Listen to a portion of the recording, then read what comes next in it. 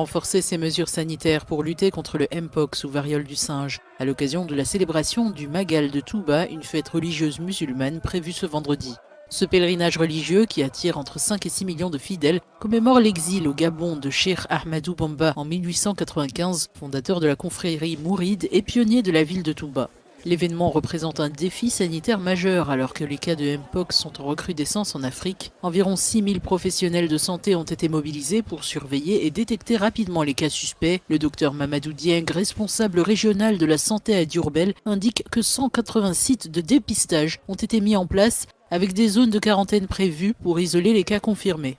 Les autorités ont insisté sur l'importance des gestes barrières, lavage des mains, éviter les contacts physiques rapprochés et porter des masques dans les zones de forte affluence. Ces mesures, bien que contraignantes, sont essentielles pour protéger les pèlerins et prévenir la propagation du virus, tout en permettant à la célébration de se dérouler dans les meilleures conditions possibles. Fruits et plantes aromatiques. Aucune technique de culture bio n'échappe à la maîtrise de Codou Diouf, qui, à force de recherche, de pratique et de patience, est parvenue à cultiver même la fraise chez elle, sur sa terrasse.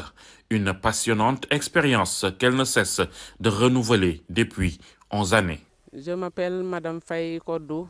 J'habite à Dakar, à la cité Sonatel de Malika. Je fais la culture bio. Je cultive des légumes, des arbres fruitiers et des arbres aromatiques. Je l'ai fait depuis 11 ans. Je le fais sur les tables et des pneus et des bassines et des pots de 10 litres. Femme active, elle fait tout de ses propres mains.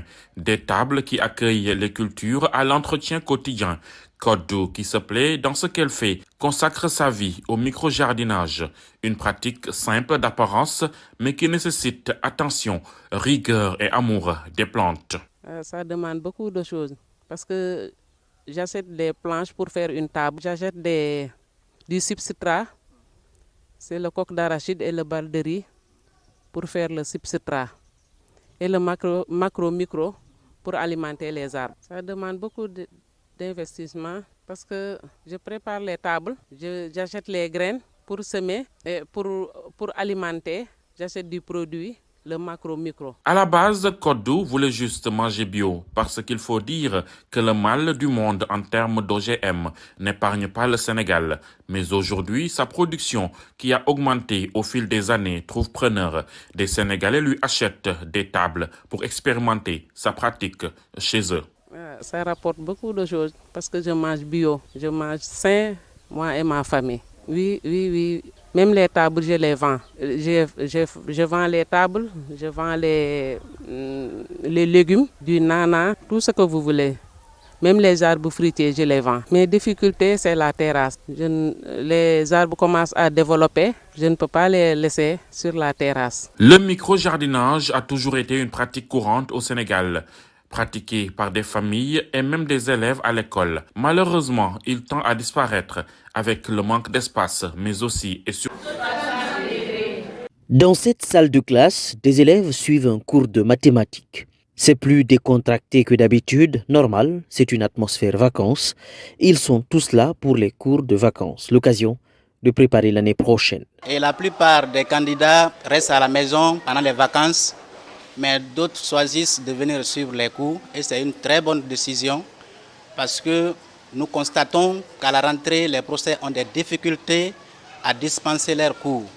Et les élèves ont des difficultés aussi à comprendre ces cours parce que non seulement ils ne viennent pas poursuivre les cours de vacances, ils restent à la maison et ceux qui viennent poursuivre les cours, ils ont une certaine expérience dans le domaine parce que c'est la première fois de venir en 10e année. Donc ils ont appris quelque chose en vacances alors que les autres sont restés à la maison, ils n'ont pas travaillé. Quand vous venez maintenant pour dispenser les cours à ceux-ci-là, je crois que ceux qui ont suivi les cours de vacances et par rapport à ceux qui n'ont pas suivi les cours de vacances, il y a une grande différence entre ces deux catégories d'élèves. Les élèves apprennent, découvrent des concepts et formules clés pour la rentrée prochaine, tous ici quasiment en classe d'examen à la rentrée. Bon, j'ai choisi ce cours de vacances afin de ne pas désapprendre parce que je prépare, en plus de ça, je prépare une salle d'examen. Je dois me préparer afin d'affronter le BEPC qui m'attend. Donc pour cela, j'ai décidé de suivre les cours de vacances afin de me préparer. Moi, ma motivation et de ma réussite l'année à venir. Et puis, c'est pas pendant le combat qu'on se prépare, c'est avant le combat.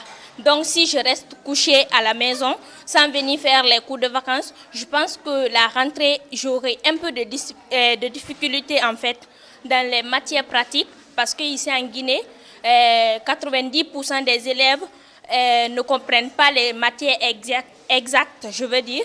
Donc, je suis venue ici pour apprendre les matières pratiques pour que l'année à venir, je puisse avoir mon BPC pour la 11e. Oui, il y a certaines matières dont je m'en sors un peu et certaines, je ne m'en sors pas. Mais je pense que je pourrais m'en sortir en me concentrant bien sur les cours. Par exemple, la physique. Et je pense que c'est tout. Les cours sont en effet payants, alors pour de nombreux parents, difficile après une année scolaire déjà fort coûteuse de ne pas observer une petite pause. Alors pour les motiver, les prix sont restés flexibles. Les professeurs ont décidé de fermer les yeux pour aider. Nous sommes là pour aider les enfants. Donc c'est pourquoi ici, les cours de révision, ce n'est pas comme ça quelque chose qui peut dépasser les parents. Si vraiment un parent veut faire réviser son enfant ici pendant les cours de vacances, on trouvera toujours une solution pour la personne. Donc je les encourage de ne pas avoir peur pour dire que les cours de vacances vont être peut-être élevés, ça coûte ça, je n'envoie pas mon enfant. Ça c'est des excuses. Ils n'ont qu'à venir. Quand ils viennent pour voir les cours de vacances, d'abord c'est combien. Monsieur, c'est ça, je veux que vous révisez mon enfant, mais c'est ce que seulement je peux avoir. Je peux dire, le problème ne vient pas juste des parents, ça vient aussi des élèves. On peut payer la scolarité de venir suivre les cours de vacances. Eux, quand ils viennent, ils dévient la route pour aller autre part. Pour ça, c'est le cas des élèves. Il y a d'autres encore, leurs parents ont de l'argent et qu'on paye bien leurs cours de révision, mais c'est-à-dire ils ne mettent pas la pression sur les élèves de venir. C'est-à-dire les élèves font du n'importe quoi. Il y a d'autres encore qui n'ont pas les moyens. Pour eux quand même, je peux dire, c'est manque de moyens. Les élèves ne sont pas tenus d'être là tous les jours de la semaine et ne suivent que des cours jugés difficiles. Beaucoup de facilité pour permettre aux élèves et aux parents de pouvoir intégrer. Le Soudan est confronté à une grave épidémie de choléra qui a déjà infecté des centaines de personnes selon les autorités sanitaires. Le choléra provoque une diarrhée sévère pouvant entraîner une déshydratation mortelle. Au début de cette semaine, une vingtaine de personnes en sont mortes. Amina, une réfugiée érythréenne, est en voie de rétablissement après avoir contracté le choléra. Sa fille, qui présente également des symptômes, se repose à ses côtés. Vers 8 heures ce matin, j'ai emmené ma fille à la clinique. Les médecins l'ont examinée, vérifié son poids et lui ont donné des médicaments. Grâce à Dieu, son état s'est amélioré depuis. L'Agence des Nations Unies pour les réfugiés a signalé que la propagation du choléra est particulièrement préoccupante dans les États de Kassala, Guedaref et Jazira, où de nombreux réfugiés sont installés. Le docteur Khalid espère pouvoir sensibiliser les populations pour freiner la propagation de la maladie. Nous travaillons en coordination avec nos partenaires œuvrant dans le domaine de la santé pour former le personnel de santé, évaluer les cas, aménager des espaces de confinement dans les camps de réfugiés et former des volontaires chargés de sensibiliser la population au choléra et à ses risques dans les camps. L'épidémie de choléra aggrave la situation déjà catastrophique au Soudan, où un conflit entre l'armée et le groupe paramilitaire des forces de soutien rapide, en cours depuis avril 2023, a plongé le pays dans le chaos. L'Espagne octroie 50 millions d'euros aux îles Canaries pour faire face à la crise migratoire. Le Premier ministre espagnol Pedro Sánchez a rencontré vendredi le président régional Fernando Clavijo sur l'archipel confronté à l'arrivée massive de migrants, avec nécessité de prise en charge pour des milliers de mineurs non accompagnés. Alors que les migrants adultes finissent par quitter l'île pour l'Espagne continentale et d'autres pays d'Europe après leur arrivée, les mineurs non accompagnés relèvent de la responsabilité du gouvernement régional. Les îles Canaries déclarent s'occuper actuellement de plus de 5000 enfants et adolescents migrants qui ont atteint l'archipel par leurs propres moyens ou qui ont perdu leurs parents au cours du périlleux voyage depuis les côtes de l'Afrique de l'Ouest.